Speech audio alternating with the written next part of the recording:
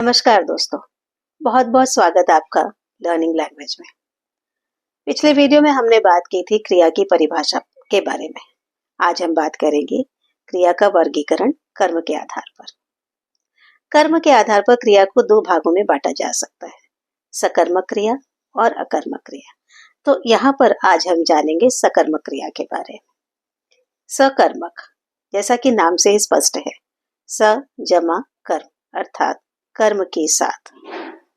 तो वैसी क्रिया जिसमें कर्म निर्धारित होता है या कर्म पता चलता है, वह कर्म आधारित क्रिया होती है और इसमें काम का प्रभाव सीधे सीधे कर्म पर पड़ता है। यह कर्म क्या है? कर्म यानी कि ऑब्जेक्ट, यहाँ वस्तु। वह किताब लिखता है।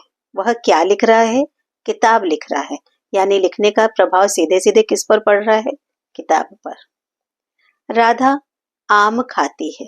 राधा क्या खाती है? आम खा रही है, तो खाने का प्रभाव आम पर पड़ रहा है, इसलिए वह किताब पढ़ता है, राधा आम खाती है। इस तरह के वाक्य सकर्मक क्रियाएं कहलाएंगे। इसकी जगह अगर मैं कहूं वह लिखता है, राधा खाती है, तो भी ये क्रियाएं सकर्मक ही होंगी। क्यों?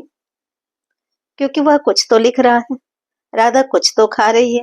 वो यहाँ मेंशन नहीं है, but they are doing the thing, जिसका सीधा सीधा प्रभाव कर्म पर कहीं ना कहीं पड़ रहा है।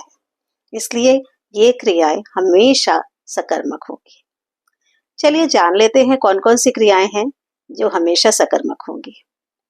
खरीदना, बेचना, पढ़ना, लिखना, देखना, खाना, तोड़ना, पकाना, ये सब क्रियाएं हमेशा ही सकर्मक होंगी, क्योंकि इन क्रियाओं में कर्म साथ चलता है, प्रभाव सीधे सीधे कर्म पर पड़ता है, कर्ता पर नहीं।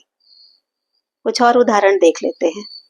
छात्र अखबार पढ़ रहा है। मैंने देखा, मैंने देखा, यहाँ कर्म नहीं है, लेकिन मैंने कुछ तो देखा, इसलिए यह क्रिया सकर्मक क्रिया है। पुलिस ने पीटा। किसको पीटा?